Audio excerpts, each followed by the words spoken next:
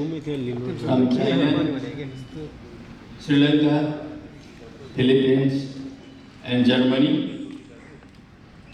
Dear colleagues, panelists, and participants, as the chief guest of this Kastamandap Dialogue Series 2, I would like to greet all of you at the very beginning of your active participation in this momentous occasion, which is going to reflect through different sessions on the facts and lessons of the MCC in Nepal. I hope it might be a very important and proper forum to express our views and bring a brilliant conclusion about the past MCC and again revive MCC. As all of us know, the process of ratification of the MCC agreement between the government of Nepal and MCC USA saw many turbulent scenarios in the past. The agreement contains many vulnerabilities. The first and foremost is that it is designed to serve the purpose of giving articulation to a deeply designed security strategy of the US government in South Asia. And therefore, it may cause serious harm to the long-standing geopolitical balance in Nepal's relation with our great neighbors, the People's Republic of China and Republic of India. Hence, the agreement saw a flood of comments and opinions from all walks of Nepalese life. However, the major political parties that lead the government and represented the opposition bench choose to disregard the people's opinion and people's voice and the nation's interest. When the ratification process was going on, a drama was surprisingly played within the House of Representatives and the meeting of the political parties. Some political parties brought their students and youth onto the streets, but negotiated with MCC policymakers and representatives in the closed meeting rooms. Many leaders of the political parties betrayed the people and nation, and many youth, students, experts, and intellectuals for their patriotic stand suffered a lot. Some of them disappeared from the scene today, and some of them face very difficult times too. Even in the process of ratification, the then opposition party of the parliament was on the strike against the government. They tried to disturb the ratification process for their own self-interest. They had encircled the well of the house. They were making loud slogans against the government. No voice was audible to anybody when the ratification process was going on in our parliament. No voice was audible. There was noise and noise in every corner of the house. At that very moment, one member of government put forward the proposal for ratification to the House from the rostrum. Nobody could listen to the voice of the speaker. I also went to the rostrum and opposed the ratification process. Comrade Bhim Rawal and Comrade Prem Suwal also opposed from the floor, but there was no even discussion at all within the House of Parliament. Finally, the Speaker declared that MCC project has been ratified by the Parliament of Nepal. This was a surprising drama of ratification of MCC from our Parliament.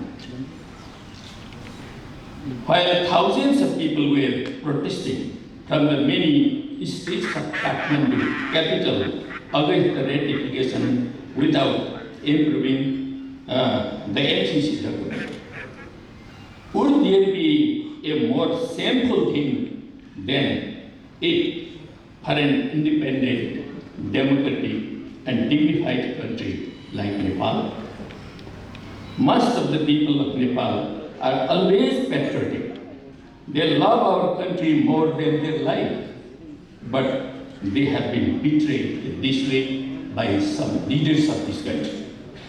However, dear friends, this is only one dark page of history of my beloved country. I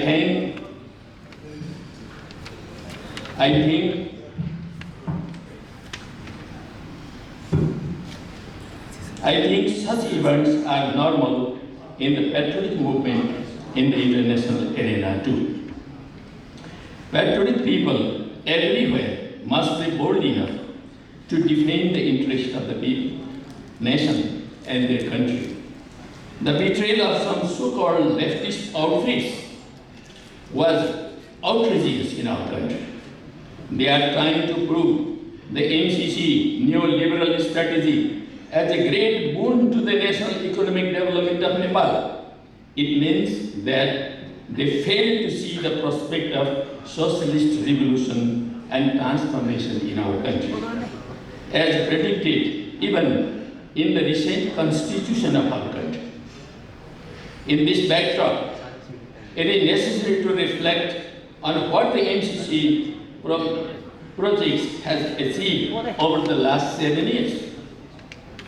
Since the agreement was signed in 2017. The nation stands in the dark regarding its implementation. The nation does not know who works on this project, and the nation's parliament does not even refer to the progress in the parliament. The 2019 implementation agreement provides that the government of Nepal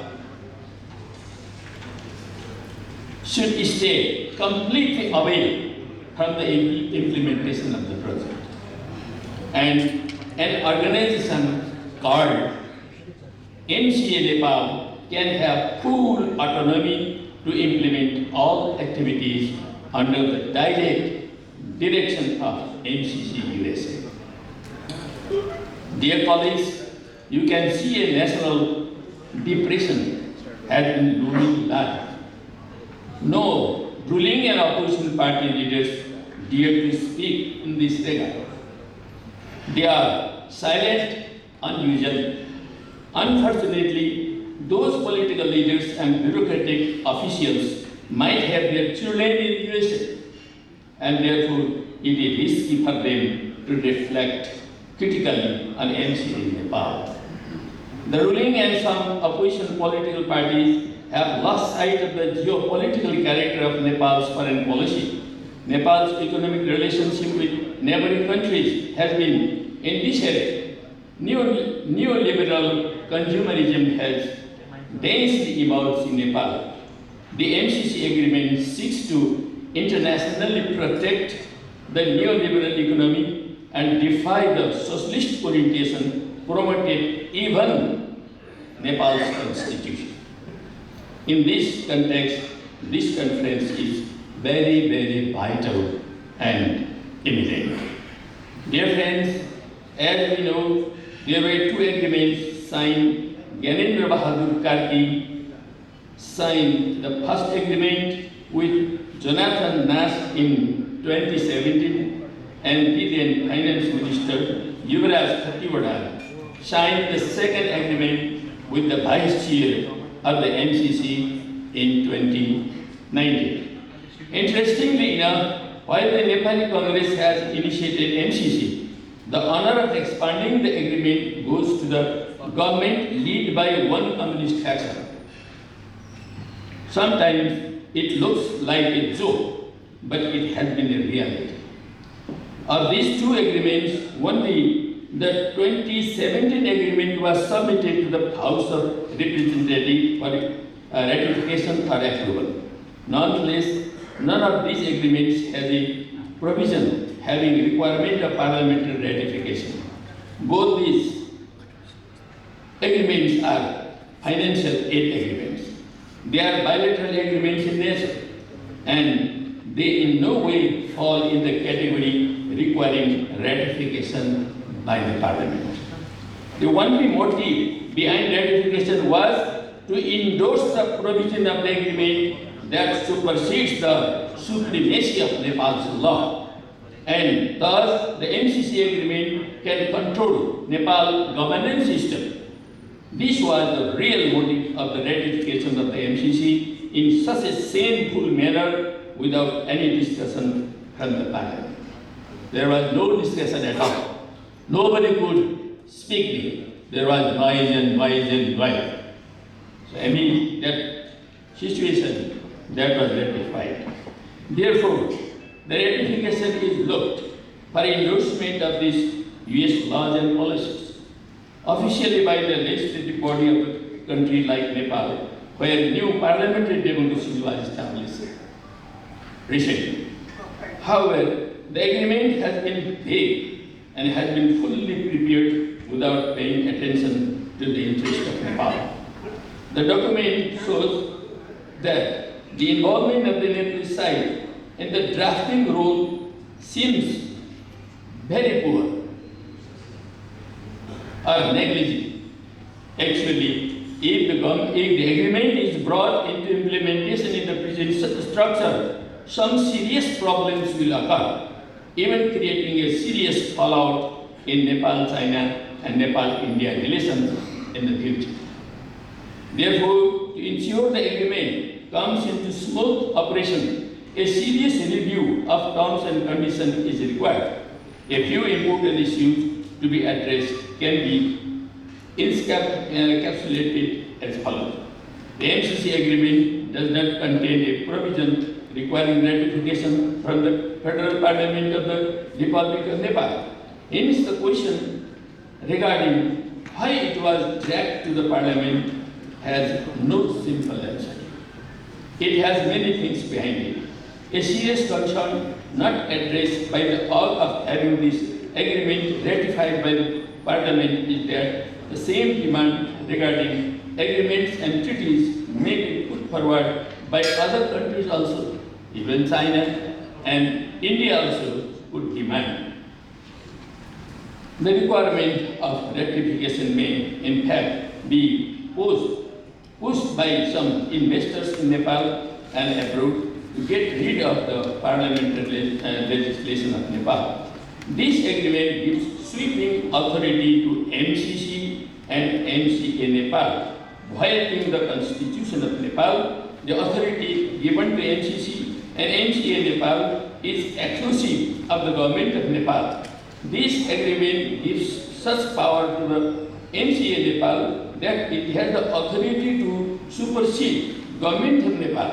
MCA Nepal is established by the executive order of the government of Nepal, however.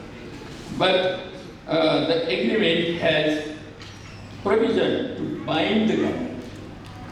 These terms are derogatory to Nepal's sovereignty.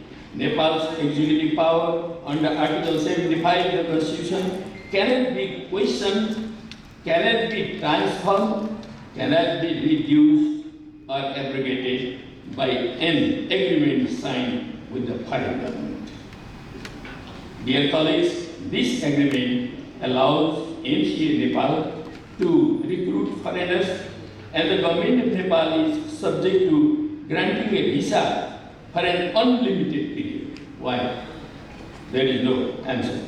No agreement can transfer the power of government that directly relates to the security of Nepal. This agreement factually obliges Nepal to sign the electricity deal only with India. It creates a monopoly of India in the electricity market of Nepal. This cannot be acceptable. Under the Vienna Convention and the law of treaties 1968, ultimately, this agreement will be a tool of bargaining with India. Finally, yet importantly, the ownership of the government over land property used by project activities is also in question. without properly. It is said that from those lands already under the leadership of under the ownership of MCA, nobody could use that land. I think in the future, if there will be a rail from China to Nepal, the rail must go through that land, but it has already captured by MCC. So it must be changed. If we have to bring rail from China to Nepal, some time ago, the new administration of President Trump of America issued an order to stop US aid and MCC. But again, sometime before, US administration has revived MCC, particularly in Nepal. Only why? Why this inconsistency from US government? What has been the reason behind it? Is it not again Nepal being in a must strategic location geopolitically? We have to find out a proper, practical, analytical, and logical answer about this change. For this purpose, we have organized this another Kathmandu Dialogue Series 2. I hope there will be a very lively, cordial, factual, and logical discussion in all the sessions today and tomorrow, and bring a very practical and logical conclusion in the context of very fastly changing global and regional political scenario around us, so that our relation in the future with our neighbors and with the world would be more fruitful. With these reflections, I would like to end my remarks. Thank you very much for your attention. Thank you.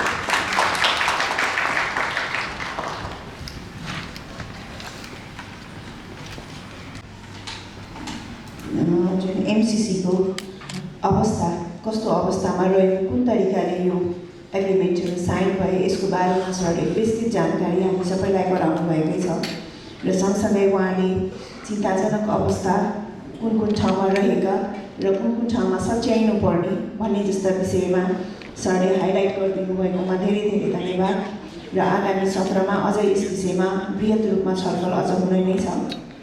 अब हामी यो Kasthamandap dialogue series 1 को प्रोसिडिङको जुन किताब बनेको छ त्यसको हामी विमोचन गर्न गइरहेका छौँ र यस विमोचनका लागि को बारेमा भन्नुपर्दाखेरि यो हाम्रो बेल्ट एन्ड रोड इनिसिएटिभको जुन मार्चमा जुन कार्यक्रम आयोजना भएको थियो त्यस सम्बन्धी एउटा यो सानो किताब बन्न गएको छ। त्यसमा हाम्रो काष्ठमण्डप संवाद पहिलो श्रृङ्खला BRI मिट्स नेपाल, नेपाल चीन सहकार्यको समृद्ध भविष्य भन्ने टपिकमा यो कार्यक्रम भएको थियो र यस किताबको सम्पादन मण्डलमा हाम्रो प्रधान सम्पादक माननीय झलनाथ खनालज्यू, नेपालका पूर्व प्रधानमन्त्री पनि हुनुहुन्छ, सम्पादकज्यूहरूमा प्राध्यापक डाक्टर युवराज सङ्ग्रौला, प्राध्यापक पूर्वाञ्चल विश्वविद्यालय, प्राध्यापक डाक्टर दिनेश राज भुजुर, प्राज्ञ, नेपाल विज्ञान तथा प्रविधि प्रज्ञा प्रतिष्ठान, श्री लीलामणि पौड्याल, पूर्व मुख्य सचिव नेपाल सरकार, डाक्टर खगेन्द्र प्रसाई सह प्राध्यापक नेपाल खुला विश्वविद्यालय, डाक्टर शङ्कर प्रसाद खतिवडा, सचिव foundation for peace development and को यो सम्पादन मण्डलले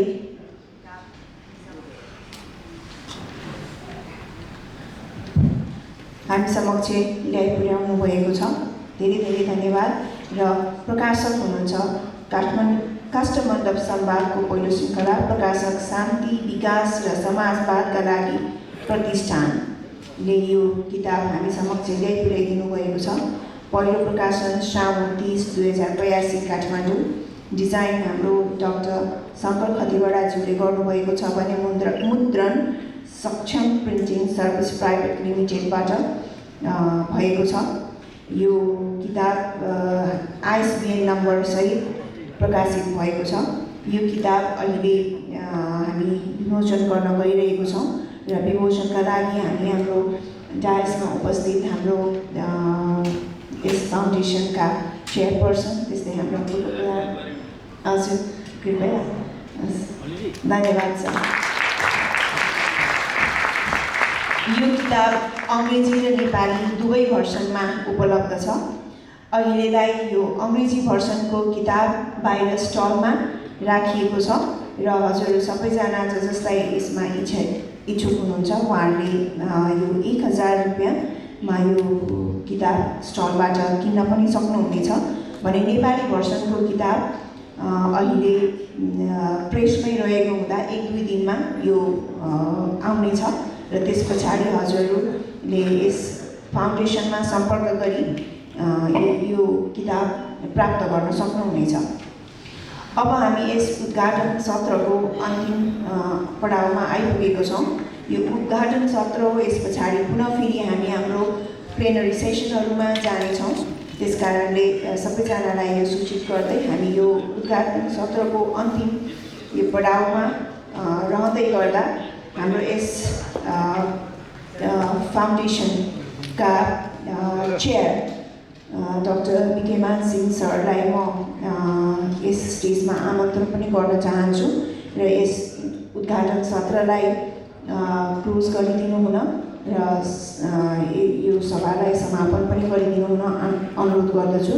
उहाँ बोर्ड अफ डाइरेक्टर नेपाल राष्ट्र ब्याङ्कको प्रतिनिधि पनि हुनुहुन्छ, त्यस्तै नेपाल एयरलाइन्स कर्पोरेसनको पनि चेयर हुनुहुन्छ र उहाँ पनि इकोनोमिक्सको विद्यापारिधि प्राप्त गरिसक्नु भएको र यो विषयमा विशेष जानकार पनि रहनुहुन्छ र उहाँबाट अब हामी यस सभाको सम्पन्न लगायत अगाडि हामी प्लेनरी सेसनमा यस पछाडि पुनः जाने जानकारी गराउँदै म यो पोडियम सरलाई हस्तान्तरण गर्न चाहन्छु।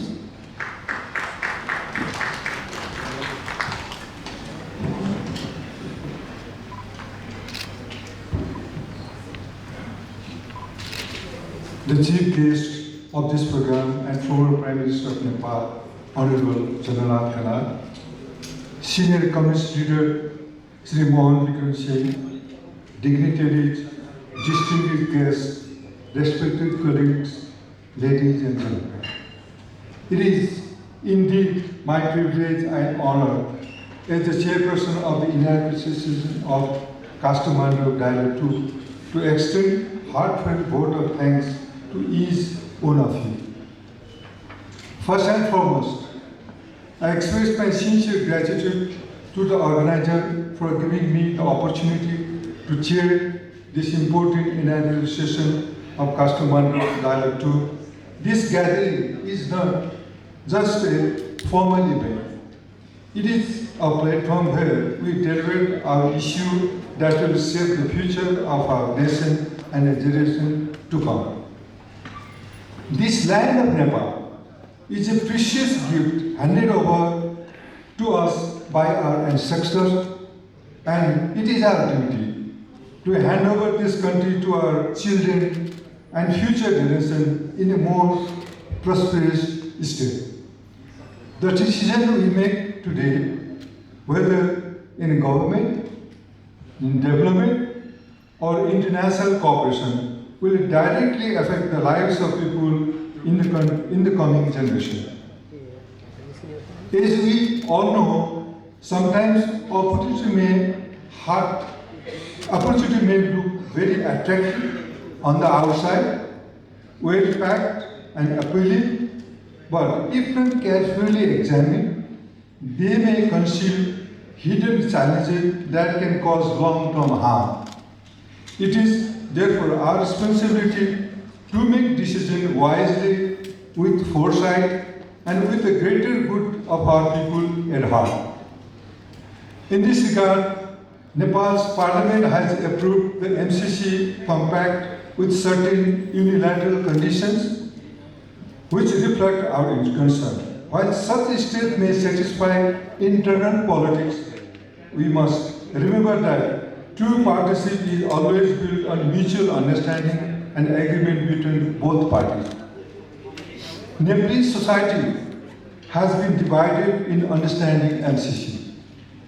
The Kastamonu Dialogue 2 is going to be held for 2 days. I believe that this dialogue will play an important role in enhancing the Nepalese people's understanding of the MCC. I hope there will be a great deliberation that will be set light to the facts in the MCC agreement.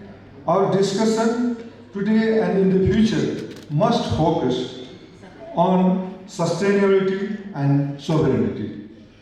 On behalf of the organizing committee, I extend my heartfelt thanks to our distinguished speakers for their insightful contribution, to our esteemed guests for their valuable questions, and to all participants for their commitment to constructive dialogue.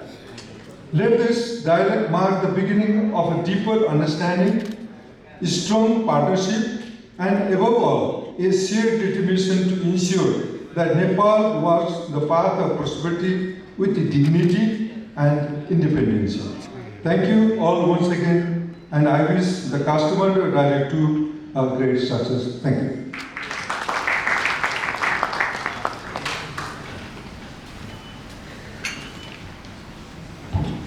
Thank you very much, sir. Now, we are in the inaugural session. Now we go to the plenary session. So, I would like to request all the dignitaries on the dais to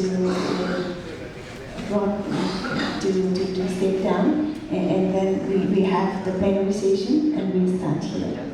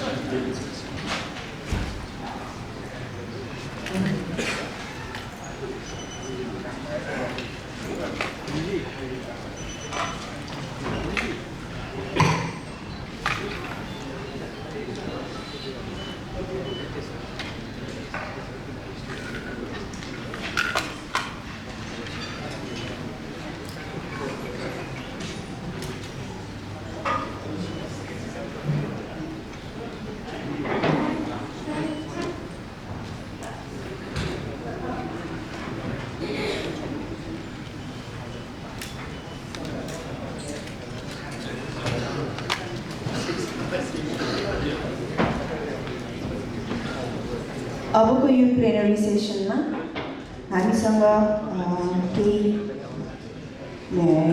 प्रेजेन्टेसन्सहरू हुनेछ, केही special रिमार्क्सहरू हाम्रो आउनेछ र yes सेसनमा हामीसँग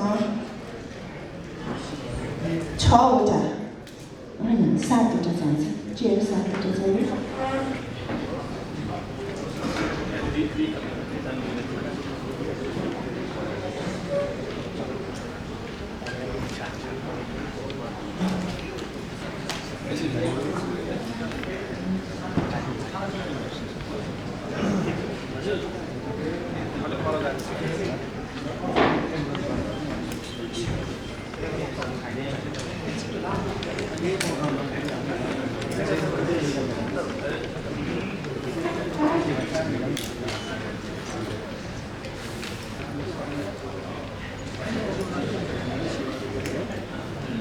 धन्यवाद भाइहरूलाई stage arrange गरिदिनु भएकोमा।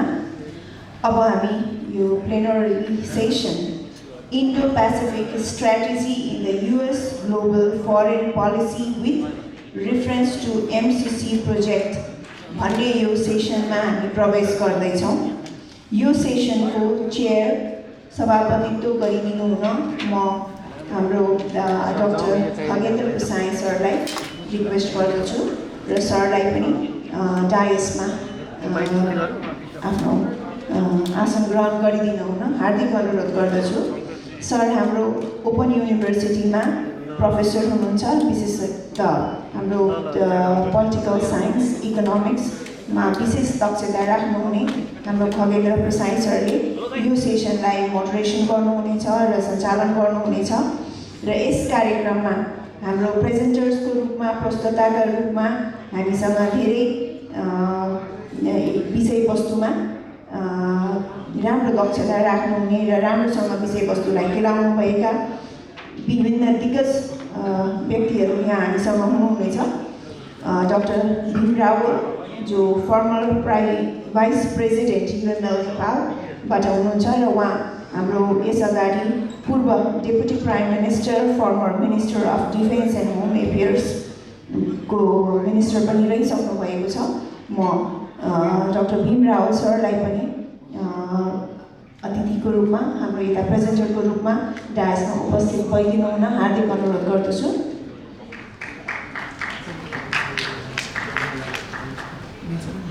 उहाँ एकछिनमा आउनुहुनेछ। त्यस्तै गरिकन अब हामी सुरेन्द्र पाण्डे सर जो चाहिँ भाइस चेयरम्यान सिपिएन युएमएलबाट हुनुहुन्छ र उहाँ चाहिँ हाम्रो भाइस चेयर भए सँगसँगै हाम्रो पूर्व फाइनेन्स मिनिस्टरको रूपमा पनि काम गरिसक्नु भएको छ नेपालका लागि र उहाँको समयमा उहाँले जब क्रिएसनदेखि लिएर विभिन्न एजेन्डाहरूसँग काम गरेर हाम्रो देशलाई केही आर्थिक रूपले सबल बनाउने कोसिस गर्नु पनि भएको थियो। सो सरलाई पनि म स्वागत गर्न चाहन्छु। त्यस्तै गरिकन अब हाम्रो डायसमा mister Dev Gurung general secretary of CPN माओइस्टबाट हुनुहुन्छ। उहाँ चाहिँ हाम्रो former minister of law and justice पनि हो भनेको उहाँ हाम्रो मन्त्रीज्यू पूर्व मन्त्रीज्यू पनि रहनु भइसकेको छ कानुनमा। सो उहाँलाई पनि म अगाडि डायसमा उपस्थित भइदिनु हुन हार्दिक अनुरोध गर्दछु। डाक्टर भीम रावल सर आइसक्नु भएको छ, उहाँलाई स्टेजमा स्वागत गर्न चाहन्छु। त्यस्तै गरिकन अब हामीसँग नेत्र विक्रम चन्द्रज्यू जो general secretary of communist party of Nepal सिपिएनबाट हुनुहुन्छ र उहाँलाई पनि म डायसमा आमन्त्रण गर्न चाहन्छु।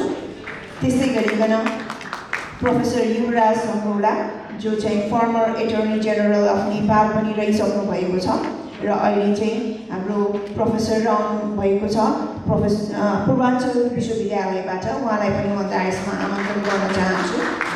Next I would like to invite doctor Yuen Jendo from Sichuan University, China.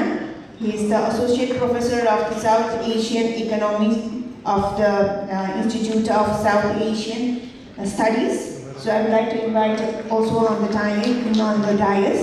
So with introduction of all our dignitaries on the dais, I would like to hand over this podium to our chair of this session, Dr. Khagendra Prasad, to carry on the rest of the program. And with this, I would like to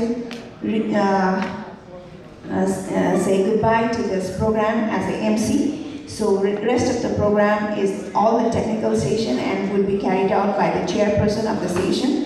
So thank you very much.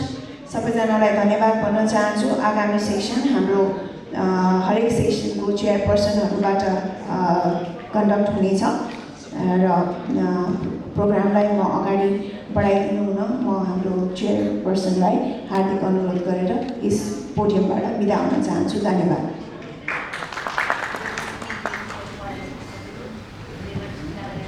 Thank you, ma'am. So, first let me thank the organizer for entrusting me with this responsibility and trusting me for this responsibility. It is energizing to see everyone here. Actually, this Kathmandu Dialogue Series is going on with a very noble cause of connecting ideas and going forward. So I hope this conference will be highly productive in bringing divergent ideas about the specific topic MCC and how it can impact Nepal in a number of ways, politically, economically, strategically, and in a number of ways, I mean. So let me first quickly share some rules about how this plenary session is supposed to go. We have total of like 120 minutes, but we have already lost almost 30 minutes in plenary, so the previous session. So adjusting that time, we will end at around 12:10. And if I do some mathematics of time distribution for the panelists, then each panelist will have 15 minutes at the most. So I will give a signal before 2 minutes. 2 minutes before your 15 minutes is expired, and then I hope everybody will take a strict care of time, and then will help us end the session in time. So let me. So none of the panelists in this plenary session requires an introduction, I guess.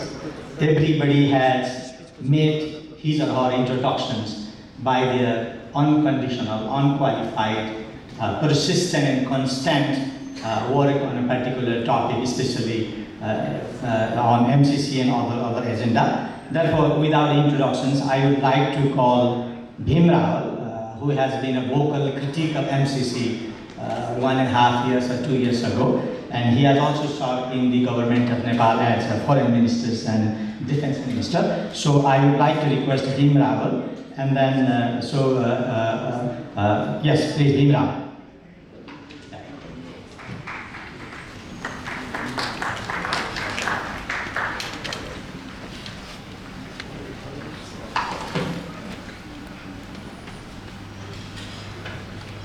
Thank you, Dr. Pasai,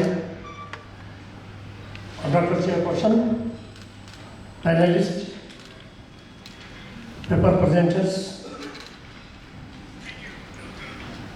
chief guests, senior leaders, distinguished guests, ladies and gentlemen. It is my pleasure to speak little about the MCC project in Nepal.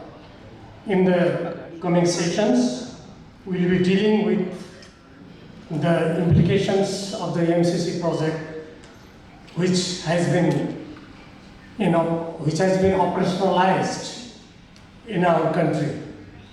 But at this moment, I would like to speak a little about the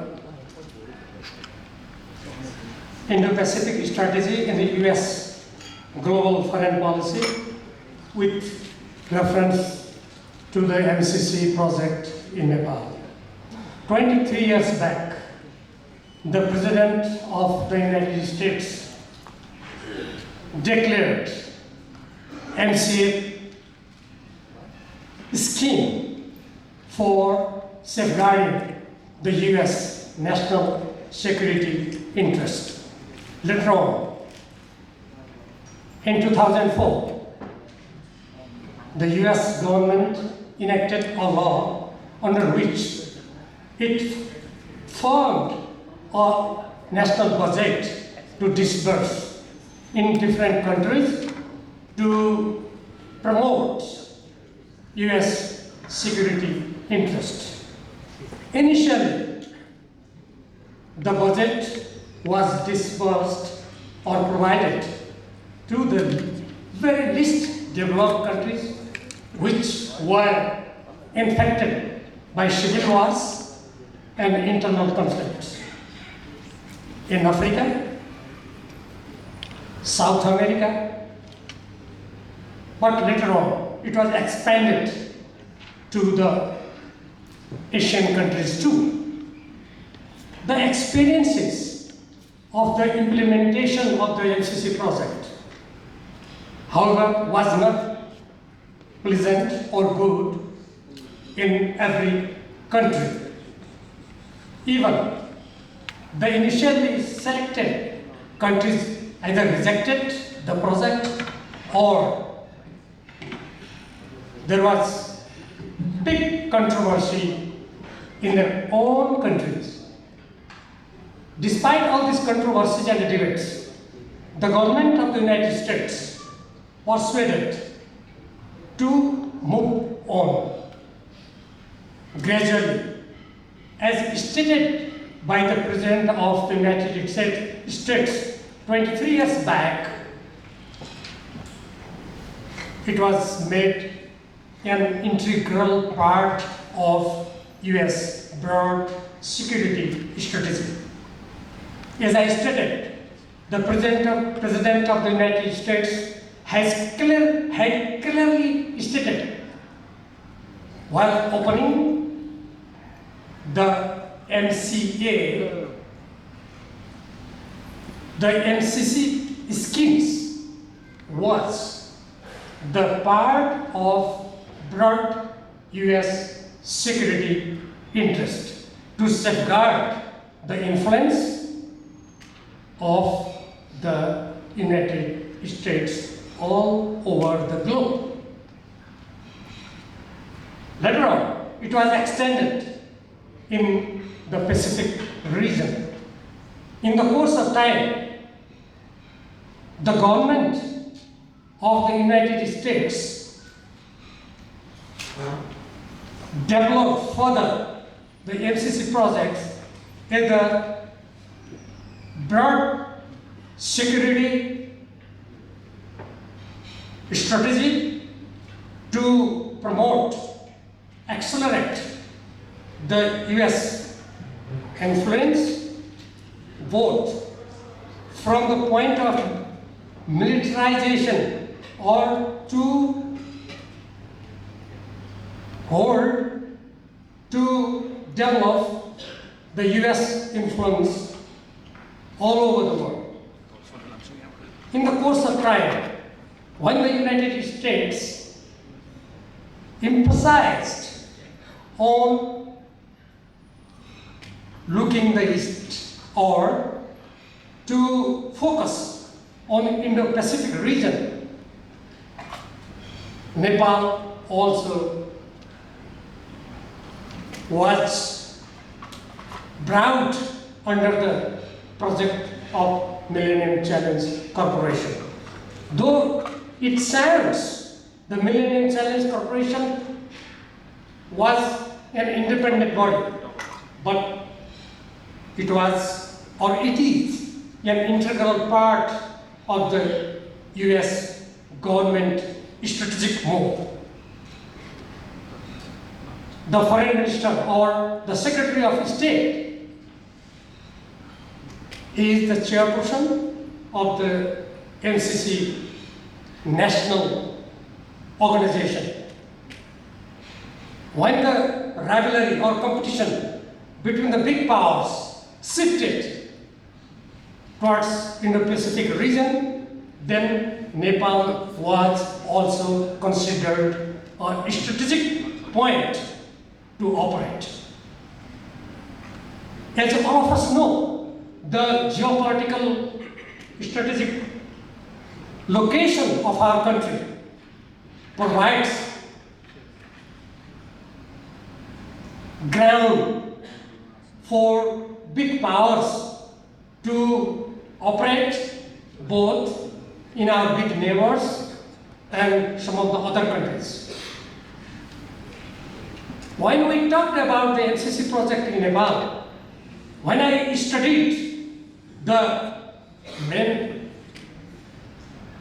Millennium Challenge Compact scheme and several agreements, including the implementation agreement and several other agreements made by MCA Nepal with various ministry and departments of the government Nepal, we can find many provisions which are oriented to maximize the US security interest and to promote its strategic movement in this region.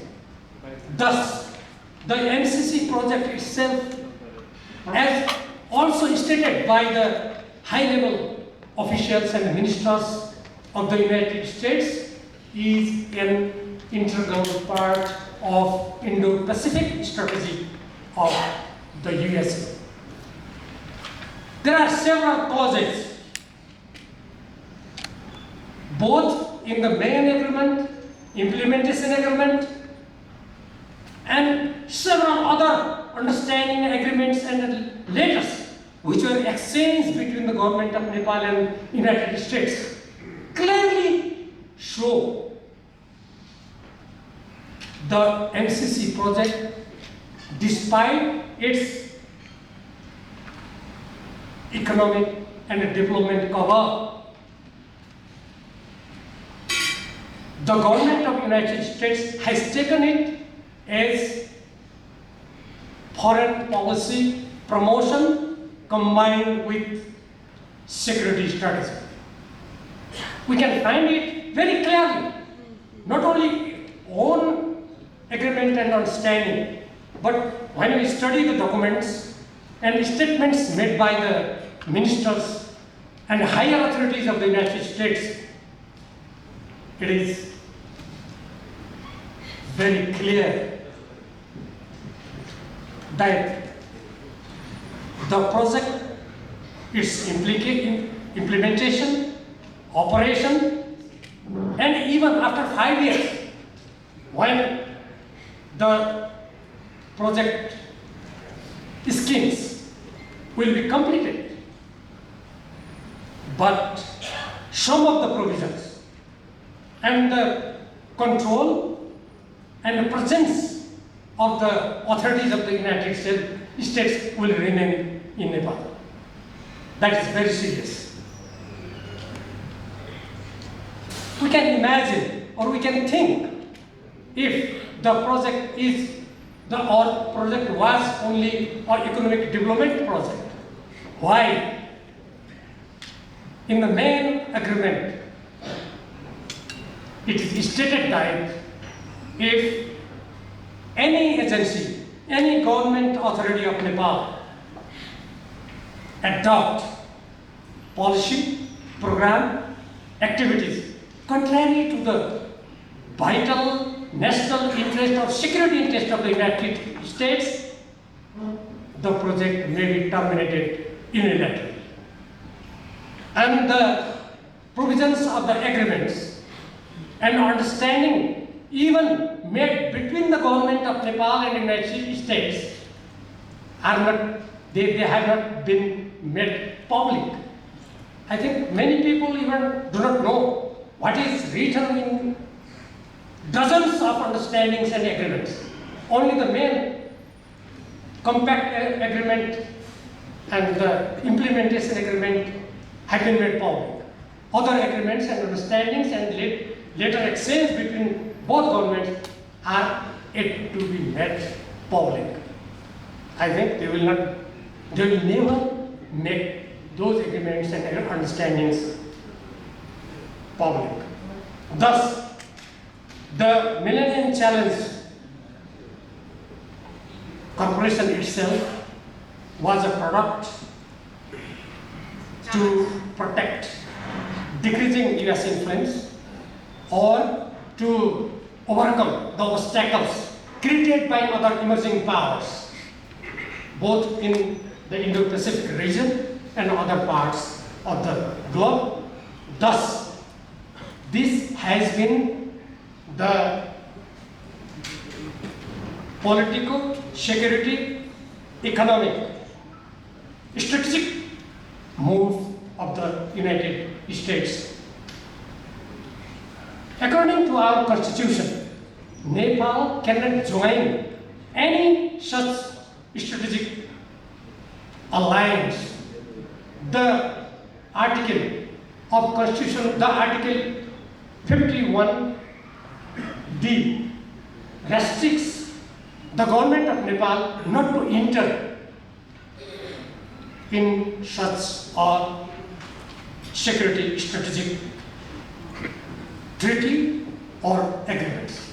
Despite this kind of constitutional provision, some of the leaders of our country and then Prime Minister, they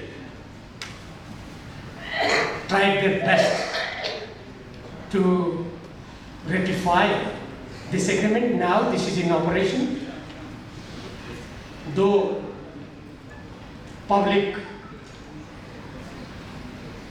opposition, dissatisfaction is still in the country, and the voice against the provisions which are detrimental to our national independence,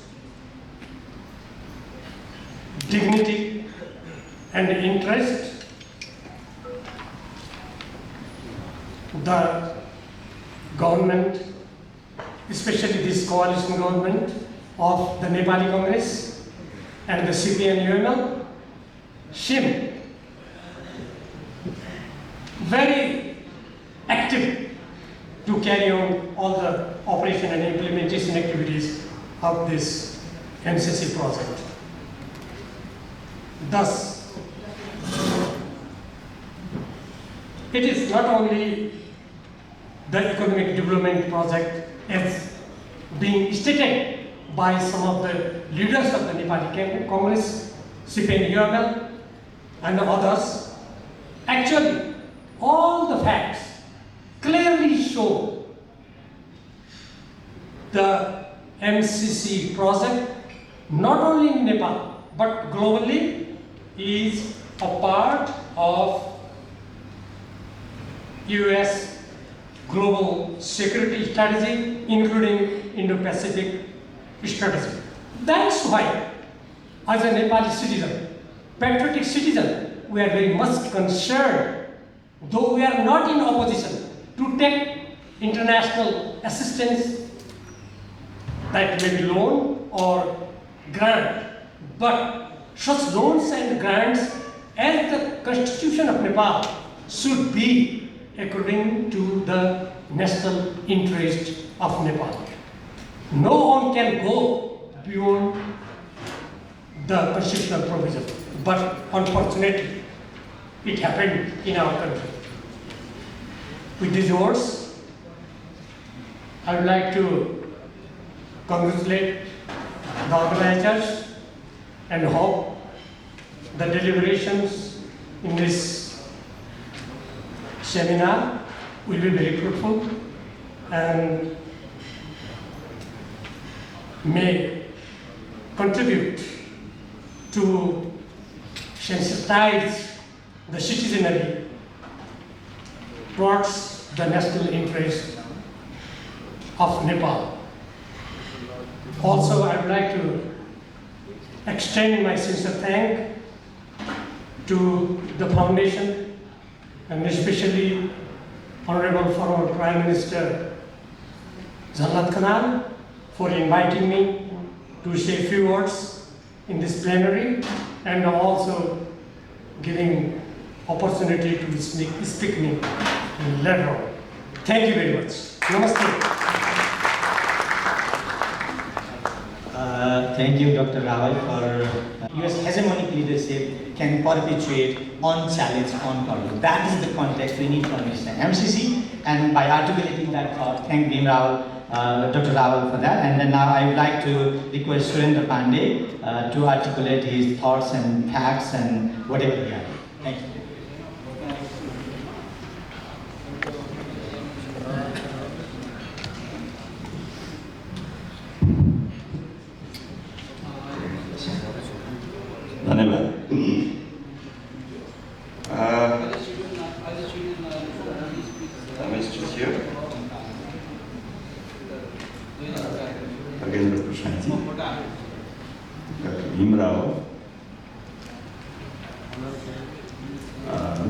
Debuting is not here today. Biplabji, as a panelist, Professor Yuvraj Sangraula, and Dr. Juan Jengdu as a panelist and former Prime Minister of this opening session's chief guest, senior leader, and ladies and gentlemen. And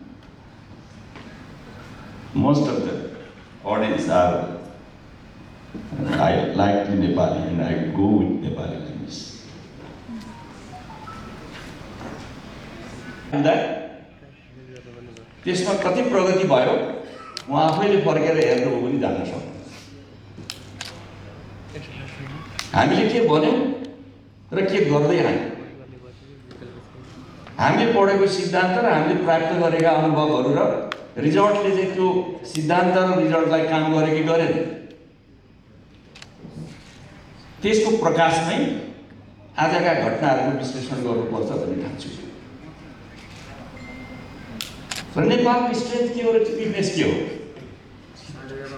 मलाई के लाग्दछ भने नेपाल विभिन्न ताकत र विभिन्न कमजोरीको बिचमा, विभिन्न समस्याकै बिचमा छ।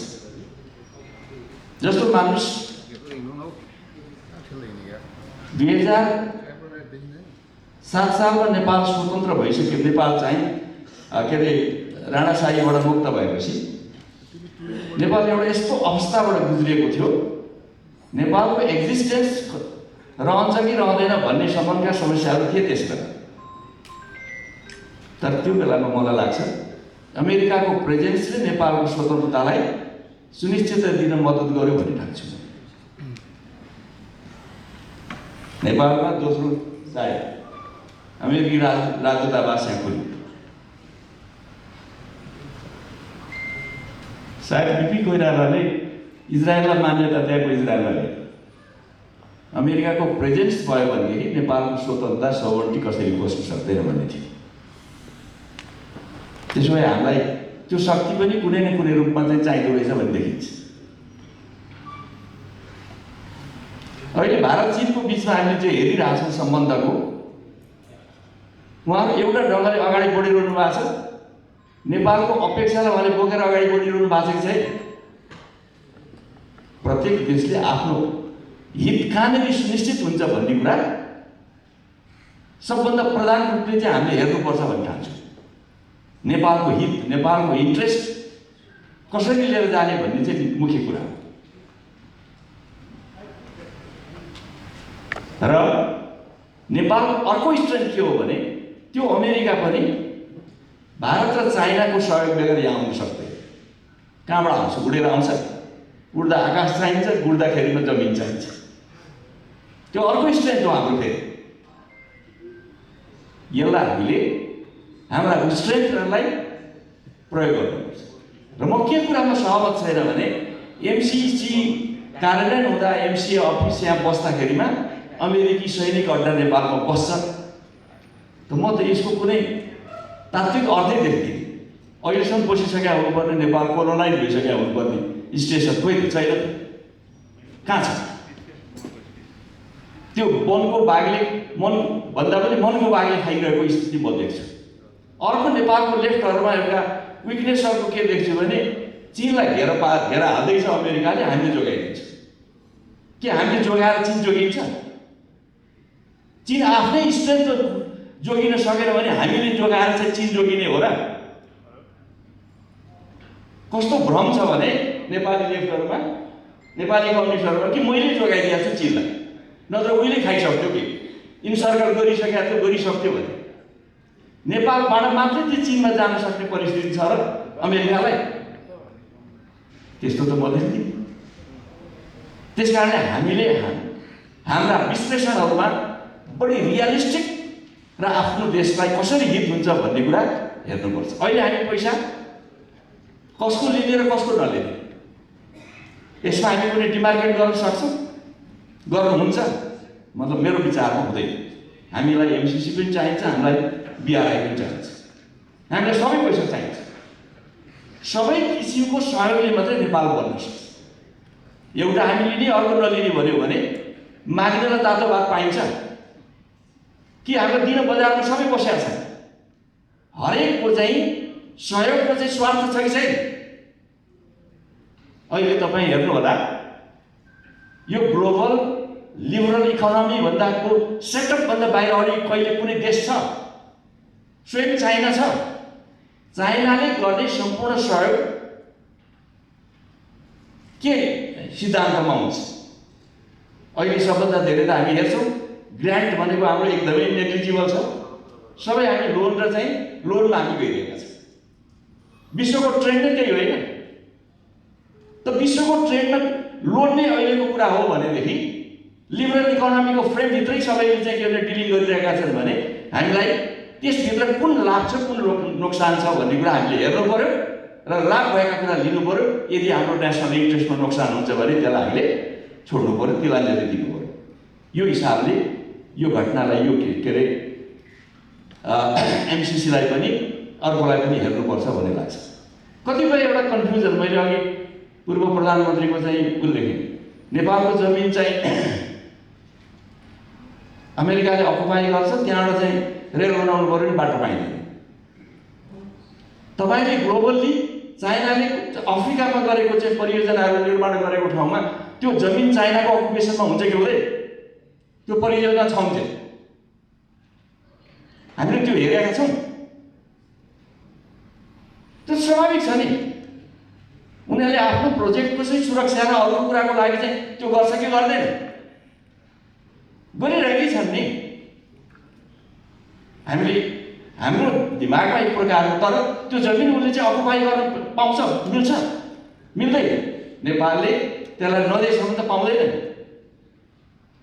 त्यस कारणले त्यसतर्फ पनि धेरै आतङ्कित हुनुपर्ने कि मानौँ त्यो लगिहाल्छ त्यसले भन्ने खालको जुन बुझाइ छ, त्यो बुझाइमा त्यति सहमति म राख्दिनँ। त्यस्तो रियालिटी होइन। र यो 1970sतिरका चाइनिज कम्युनिस्टहरूको थिङ्किङ अहिले पनि हाम्रो नेपाली कम्युनिस्टमा गएको छ।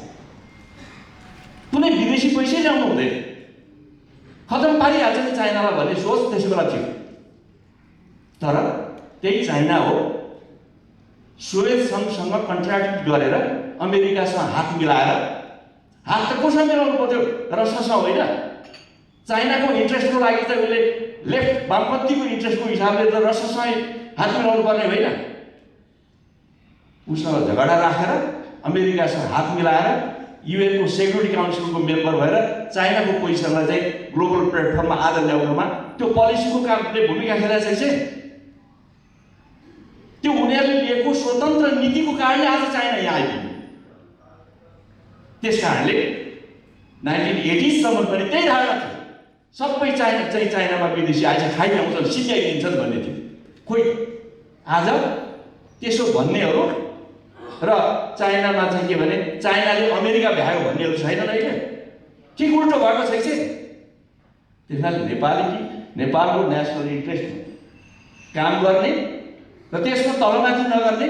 कहिले हामी यसो हेर्दाखेरिमा चाइना नजिक जस्तो देखिन्छ, कहिले हामी यसो हेर्दा इन्डिया जस्तो नजिक देखिन्छ, कहिले हामी अमेरिका जस्तोसँग नजिक जस्तो देखिन्छ, कहिले अमेरिका विरोधी देखिन्छ, कहिले चाइनासँग नमिलेका देखिन्छ, कहिले इन्डियासँग नमिले। यो हाम्रो फरेन पोलिसीको मेन कुरा नै यही हो कि हामी नेपाली हौँ र नेपालको इन्ट्रेस्ट र नेपाल निर्माण गर्ने कुरा चाहिँ हाम्रो मुख्य विषय हो। यदि यो कुरामा नेपाललाई अगाडि बढाउने सन्दर्भमा कुनै पनि किसिमको सहयोग चाहिन्छ भने त्यो सहयोग हामीले दिनुपर्छ। किन मैले त के देखिरहेको छु भने हिजो म फाइनेन्स मिनिस्ट्री पनि चलाएँ, सिधैमा कसैले पनि केही दिँदैन। There is no free lunch भन्ने एउटा इकोनोमिक्सको टर्म छ। सिधैमा कसैले केही पनि दिँदैन, खान दिँदैन भन्ने एउटा। Everything is in return. अघि यहाँ आयो अमेरिकाको फरेन पोलिसी नाफामा छ, कसको चाहिँ नोक्सानमा चाहिँ चलेको छ? कसैको पनि नोक्सानीमा चल्दैन। हरेकले प्रफिट खोज्छ, रिटर्न खोज्छ। त्यो रिटर्न उनले बढी पाउने कि हामीले बढी पाउने, यसमा हाम्रो कुशलताले निर्धारण गर्छ र त्यो कुशलता राख्न सक्नु पर्यो र त्यो क्षमता हामीले राख्न सक्नु पर्यो। अब पनि हामीले इकोनोमिक अथवा चाहिँ इस्युज वाइज छलफल गरेर नेपालको इन्ट्रेस्टलाई स्थापित गरेर नेपालको चाहिँ इकोनोमी र इन्डस्ट्रियलाइजेसनको बाटो हामीले गर्ने हो भने अर्को कति वर्ष हामी चाहिँ यस्तै दास्ता र गरिबीको चाहिँ चक्करमा पर्छौँ। भविष्यका पुस्ताले हाम्रो इतिहास लेख्नेछन्, कसरी लेख्छन् त्यो उनीहरूको जिम्मा। मैले यति भनेर आफ्नो कुरा सकेँ। धन्यवाद।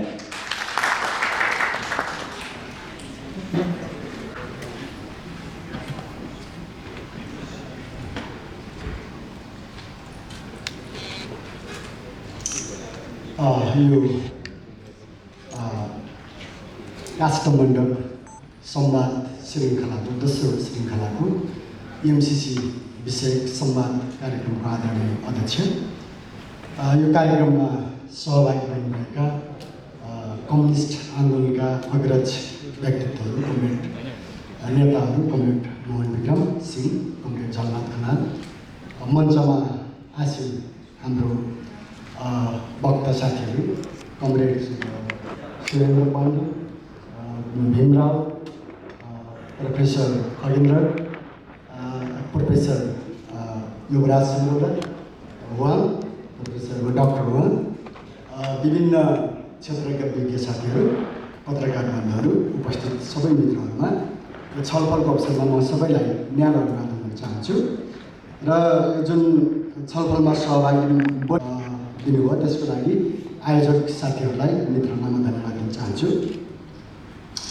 एमसिसी विषय नेपालको सबभन्दा धेरै चर्चित, विवादित र अहिले पनि विभिन्न ढङ्गले छलफलमा भइरहेको विषय हो। यसबारेमा हामीलाई के लाग्छ भने एमसिसी बारे नेपाली नागरिकमा त्यति बेला बढी चासो बढ्यो जब यो परियोजना अमेरिकी सैन्य रणनीतिको एक भाग हो भन्ने सूचना सार्वजनिक भयो। विकासको लागि ठुलो रकम अमेरिकाले उपलब्ध गराउँदैछ भन्ने उत्साह एकाएक तरास र आक्रोशमा बदलियो, किनकि नेपाली जनतालाई विकास र रकमको खाँचो भए पनि आफ्नो देशको स्वाधीनता, सार्वभौमिकता, स्वतन्त्रताप्रति धेरै संवेदनशील छन्। नेपालमा एमसिसी बारे बहस सुरु भएपछि राजनीतिक मञ्च निकै तात्यो। वाद विवाद सडकबाट संसद र सरकारमा समेत पुग्यो। नेपालका सबै राजनीतिक पार्टीहरूभित्र मत विभाजन भयो। सायद इतिहासमा पहिलो पटक नेपाली समाज राष्ट्रियताको मुद्दामा यति धेरै विभाजित भयो। बहसका बिचमा धेरै अमेरिकी मन्त्री, अधिकृत र कर्मचारीहरूले धेरै ठाउँमा बोल्नु पर्यो, तर उनीहरूका धारणाहरू फरक र निकै विवादास्पद रहे। दक्षिण एसिया हेर्ने सहायक मन्त्री डेभिड जे रान्जले नेपाल भ्रमणको बेला सन् 2014मै एमसिसी आइपिएसको अङ्ग भएको बताए। सन् 2019मा जनवरी 11मा आइपिएसका सैन्य कमान्डर एडमिरल डेभिडसनले नेपाल भ्रमण गर्दै सैन्य क्षेत्रमा रणनीतिक साझेदारीको विचार राखे। सन् 2019 फेब्रुअरी 10मा अमेरिकी सहायक विदेश मन्त्री अलिसे वेल्सले भियतनाममा पुगेको बेला एमसिसी आइपिएसकै अङ्ग भएको सूचना दिए। जिम्मेवार अमेरिकी मन्त्री र कमान्डरहरूका यी भनाइले नेपालीलाई निकै तरङ्गित र आक्रोशित पारे। परन्तु नेपाल स्थित अमेरिकी दूतावास र एमसिसीका कर्मचारीहरूले बेला बेला स्पष्ट गर्नुपर्दा यो परियोजना सैन्य रणनीतिभित्र छैन र होइन भनेर गरे। नेपाल सरकारलाई एमसिसी बीच सन् 2017मै यो सम्झौता भए पनि जब सन् 2019मा अमेरिकाले यो परियोजनालाई लागू गर्न नेपालको संसदले पास गर्नुपर्छ भन्ने धारणा राख्यो र संसदलाई पास गर्न दबाब दियो।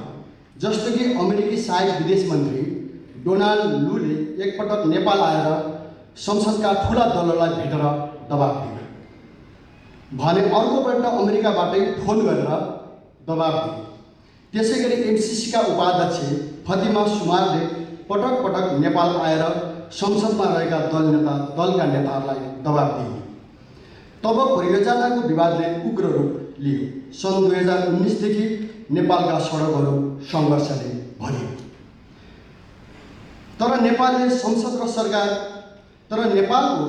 र सरकार अमेरिकी उपनिवेशवादी दबाब सामु टिक्न सकेन र 2022 फेब्रुअरी 27मा संसदबाट अनुमोदन गर्नु पर्यो। स्मरणीय कुरा के छ भने भित्र संसदमा बहस हुँदै गर्दा बाहिर बानेश्वर क्षेत्र भिडन्त स्थल बनेको थियो। नेकपा सहितका शक्तिहरूले यो मोर्चाको नेतृत्व गरेका थिए। सङ्घ पार्टीका प्रवक्ता कम्युनिस्ट समिति सदस्य प्रकाण्ड स्वयं नेता कार्यकर्ता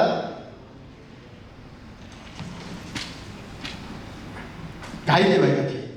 स्वयं गिरफ्तारी र दर्जनौं मुद्दा खेप्नु परेको थियो। एमसिसीका पक्षमा मतदान गर्ने क्रममा संसदभित्र देखिएको आत्मसमर्पणवादी पूर्व परिदृश्य जनताका लागि निकै पीडादायी थियो।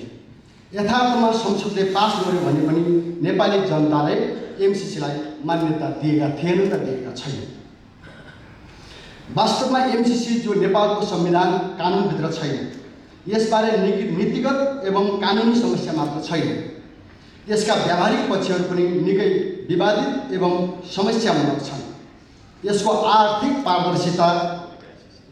पारदर्शितामा नागरिकहरूको गम्भीर आशंका छ। यहाँका कर्मचारीहरूले उपभोग गर्ने गाडी, तलब, दैनिक खर्च नेपालीका लागि आश्चर्यजनक रूपले बढी छन्। एमसीसीले खरिद गरेका भनेका जमिनबारे स्थानीय जनताका विरोध र गुनासा छन्। जग्गाको उचित मूल्य नपाएका र जबरजस्त अधिग्रहण गरेका सूचनाहरू छन्। यी सारा जटिलतालाई हेर्दा एमसीसी कार्यान्वयन हुन निकै कठिन छ। सन् 2024 जब अमेरिकामा ट्रम्पले चुनाव जिते र सरकार बनाए, 2025 को जनवरी 20 उनले एमसीसी परियोजनालाई विश्वभरि रोक्ने घोषणा गरे र 3 महिनाका लागि रोकिदिए पनि। एमसीसीकै हकमा ट्रम्पको यो निर्णयलाई नेपाली जनता, देशभक्त शक्ति र हाम्रा पार्टी लगायतले स्वागत गरे।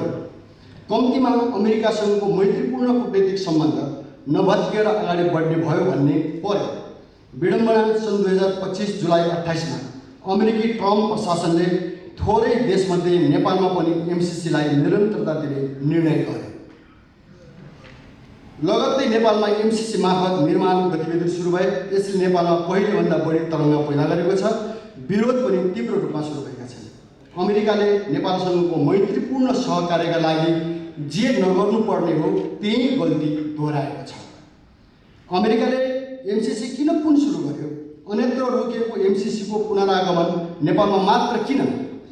यसले नेपाललाई त गम्भीर बनाएकै छ, सम्भवतः छिमेकीहरूलाई पनि चकित पारेको होला।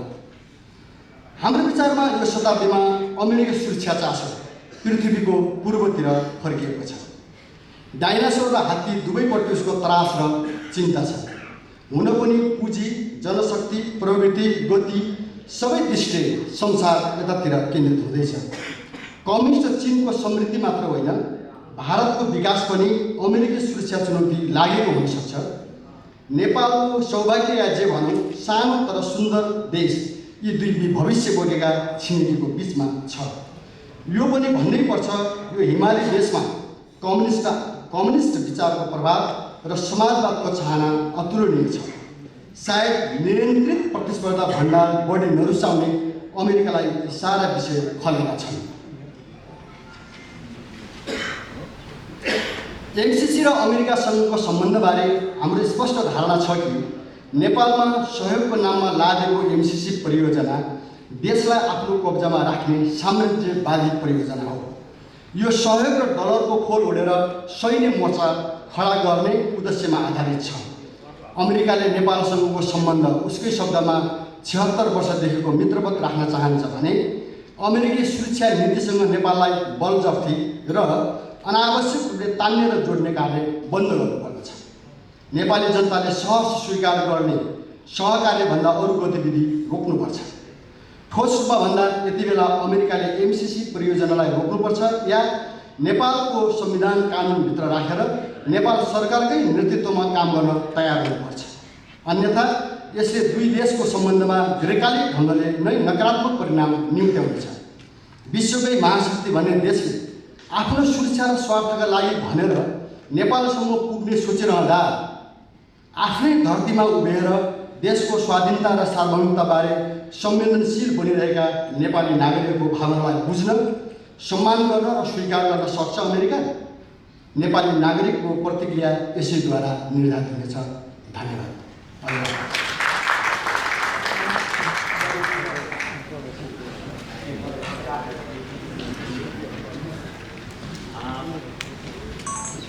धन्यवाद विप्लव सिंह आफ्नो प्रष्ट धारणाका लागि। त्यसै गरी म अब आफ्नो धारणा, तथ्य विश्लेषण सेयर गरिदिनु हुन प्यानलिस्ट प्रोफेसर युवराज सङ्ग्रोलालाई आमन्त्रित गर्दैछु र डाक्टर सङ्ग्रोलाको समय पनि 15 मिनट नै रहनेछ। Doctor सङ्ग्रोला।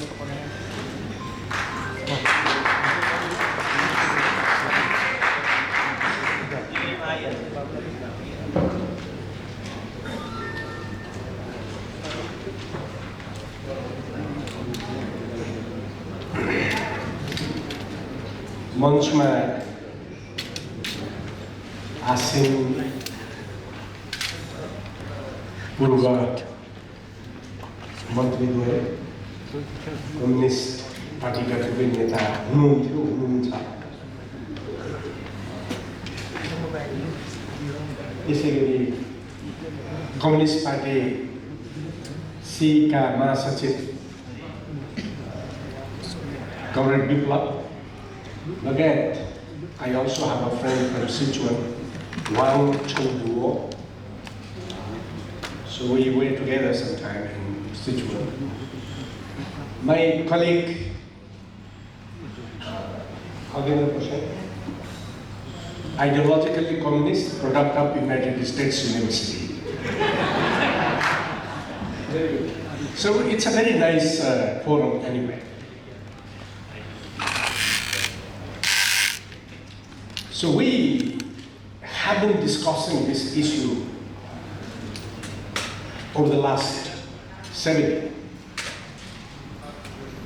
I don't know, but probably most of my sentiments talking to MCC definitely goes to United States, because this is a United States project. And in the past, both gentlemen here, Comrade Surendra Pandey said that United States is an imperialist country. That's what I know. But now, he's not that, I mean, he's not talking something different. I also subscribe to his idea that yes, we have to work together with any country. Yes, we should. China is working with United States, so why should not we work? But the question is like, what do you work with is a very, very important. So I'm not biased to anyone. I remember those days during the ratification, and our main concern was that this is not something legally to be ratified by the Parliament of Nepal. That was my contention, and a lot of others were there.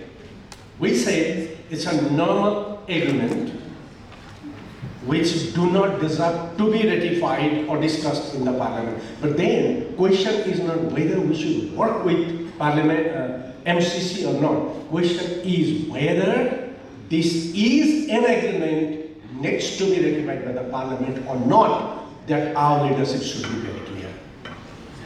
So, it is not necessary to go against MCC. It is also not necessary to support MCC, but question is like, what is that agreement? It's, we see in the agreement one very important thing. It supersedes the Nepalese legal system. And if you see our judgments of the court and our Law Interpretation Act, when we say law of Nepal, then constitution is also a part of the law of Nepal. Then, if it goes above the law, that means it also contextually go against above the constitution also. So what we demanded was like, let's clarify it. Have a debate in the Parliament. That's what we demanded. That was the demand actually. Dr. Khagendra was here, Dr. Suryaras Acharyaji was there, and myself. If all our leaders remember that time, we went from door to door to clarify certain things. And if this agreement is debated in the Parliament, make it open for every member to discuss. But then why discussion was not allowed? This is a question. So we have been talking about it. Why discussion didn't take place? That very morning, I went to Speaker Agni Sarkartaji, and I said, please let this document be studied by the people, the member of the Parliament, and discussed in the Parliament. That's okay. If the whole Parliament become convinced and say that, okay, this is not against Nepalese national interest, fine. Still, I may have some opinion, but if the Parliament endorses the agreement, that's fine. But did we discuss? Do we say that that is what happened in the parliament is a discussion? There is a question.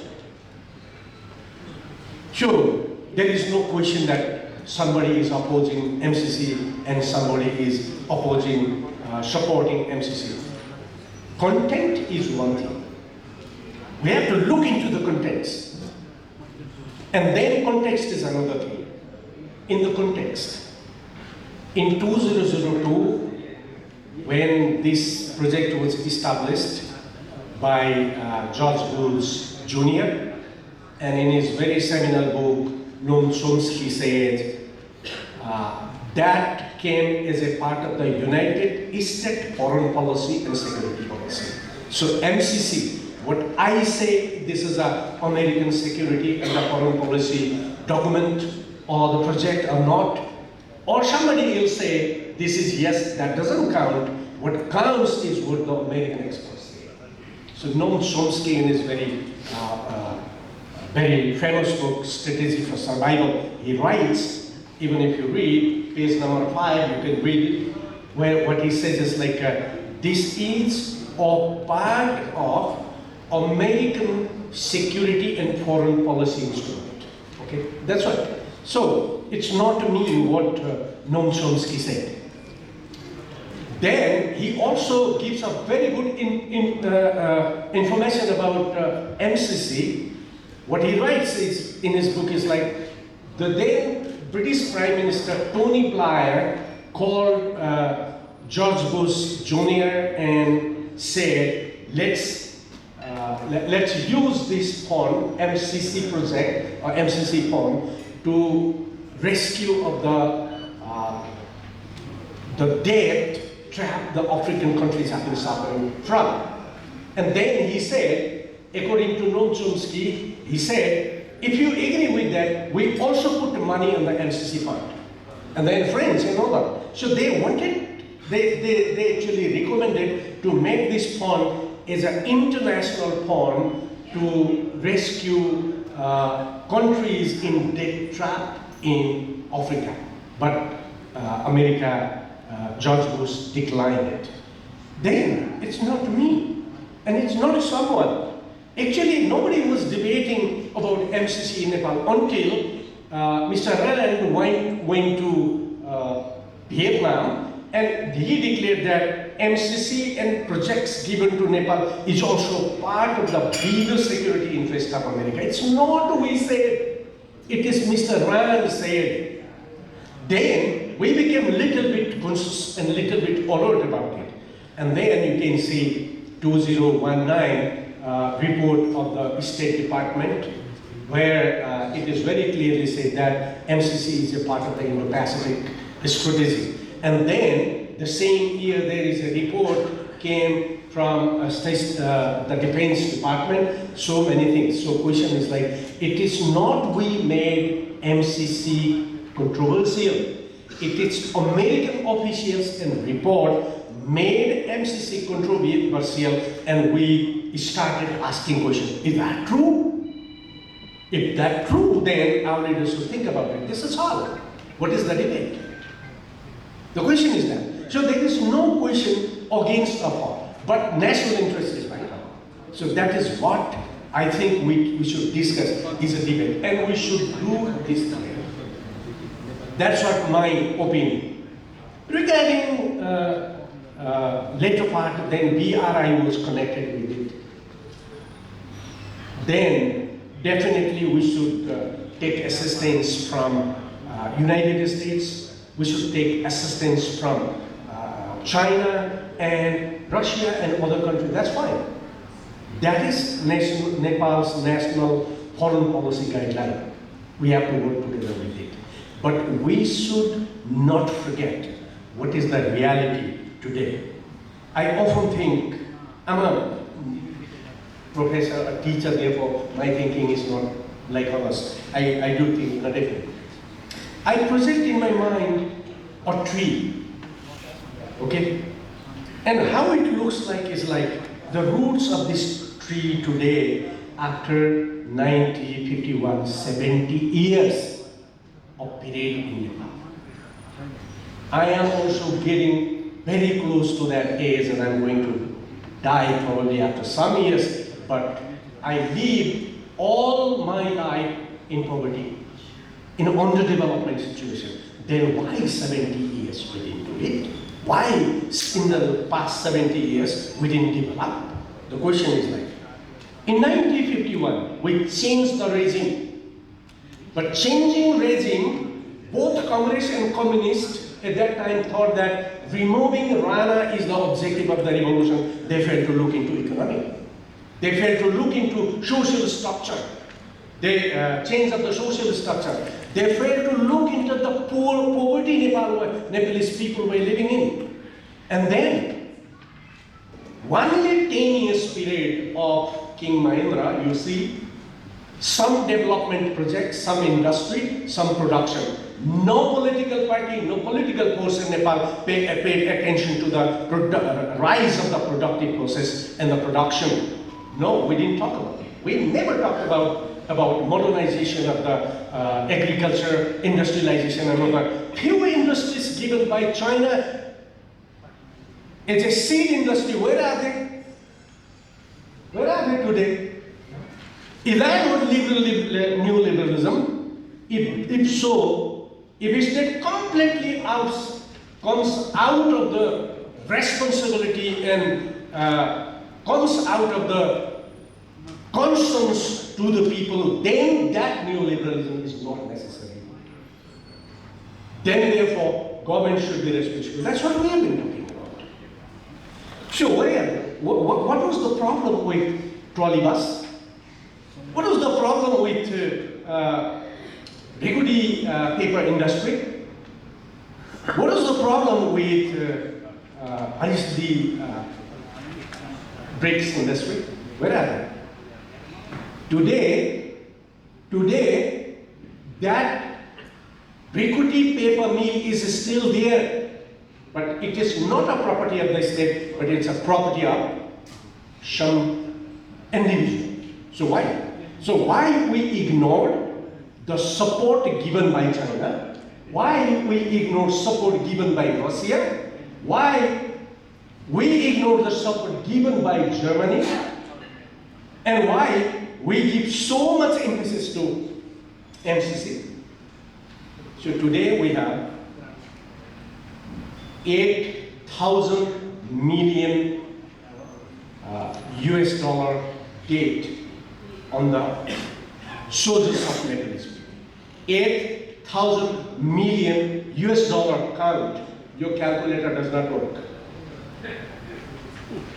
I did it and my calculator, my mobile didn't work. And what is the ratio? 30% loan ratio goes to Asian Development Bank. How many industry did we create out of this 30% ADB loan? And then 50% loan, the ratio goes to Western countries, Asian World Bank, International Monetary Fund, and then Paris Club, Nordic Development Fund, and all these. So 30 and 50 out of 8,000 million US dollar loan goes to the West. And what is the stake? India had 2.10%. What is the stake of debt China has in Nepal? 1.9%, 90%, and Korea 2%, and rest of the Japan around 6%, OPEC and all that. So whose debt today we are living with? So question therefore, we are not challenging and we are not asking the question and debating questions today, but I am challenging the attitude of foreign addictions that we have in our mind. That nation cannot develop without foreign support. No, that's wrong. And MCC is a part of that. So what I say is that if you really want to develop your country, work. Develop your agriculture, develop industry, develop your entrepreneurship, and then productivity. What productivity this MCC is going to bring to us, I don't know. I don't know. Leaders and the political leaders have to answer. is any productivity it's going to bring to us. 30% is in the social sector. So question is, MCC is also a part of foreign debt addiction. अर्थात् विदेशी सहायताको दुर्व्यसन, विदेशी सहायता आएन भने देश बन्दैन भन्ने दुर्व्यसनले 2007 सालदेखि आजसम्म विदेशी सहायता खोज्दा खोज्दै 8,000 डलर मिलियन विदेशी ऋण हाम्रो टाउकोमा छ। तर आज हाम्रा कृषि फार्महरू छैनन्, आज हाम्रो कागज कारखाना छैन, आज हाम्रा केही पनि छैन र मधेस जो उत्पादन हुने ठाउँ हो त्यो मधेस उत्पादन हुने ठाउँ यहाँहरूलाई म सिधा 1 मिनट मधेस कस्तो छ? हुलाक मार्ग, त्यहाँभन्दा मास्तिरका खोला, त्यहाँभन्दा मास्तिरको पानी जति जम्मै हुलाक मार्गले छेक्दिने अनि त्यहाँ त त्यहाँभन्दा मास्तिर अर्को हाइवे नेपाल पूर्व पश्चिम हाइवे, त्यहाँभन्दा मास्तिर अर्को दह, त्यहाँभन्दा मास्तिर फेरि अर्को चुरेको फेदफेदबाट मदन भण्डारी हाइवे, त्यहाँ पनि दह अनि 17% उत्पादन हुने टोटल जमिन चाहिँ पिचले छोप्ने अनि त्यसपछि एग्रिकल्चर छैन, 15 खर्बको मागेर खाने, चामल विदेशबाट ल्याउने, जनता नागरिक बेच्ने, रेमिटेन्स ल्याउने, रेमिटेन्स ल्याएर कर बढाएर दाम बढाएर भान्सार लिने अनि कर लिने भ्याट लिने। 1 लाखको स्कुटर आउँछ, भान्सार पनि त्यहाँ जोड्दा 3 लाख हुन्छ अनि 3 लाखमा नागरिकलाई भ्याट ल्याउने सिस्टम। यदि यही सिस्टम अब यहाँहरू कांग्रेस र कम्युनिस्टले देखेको देशको विकास हो भने प्रभु यहाँहरू मलाई चाहियो। तपाईहरु जे ल्याउनुहुन्छ ल्याउनुस्, एमसीसी ल्याउनुहुन्छ कि के ल्याउनुहुन्छ, Nepalese people want development. They want prosperity. They want productivity. They want industry, and that should be equal to all. So it is only the socialist-oriented system that we have to go with. We cannot give all the money to few people. Today, 3% people have become so much rich, and 90% people have been becoming poor. If I have to go to hospital, I will become poor. So therefore, I say, I have very few money in my bank. So if I go to the hospital, I will not get time. If I go to Grandi, I will not survive. So people like me are getting poor.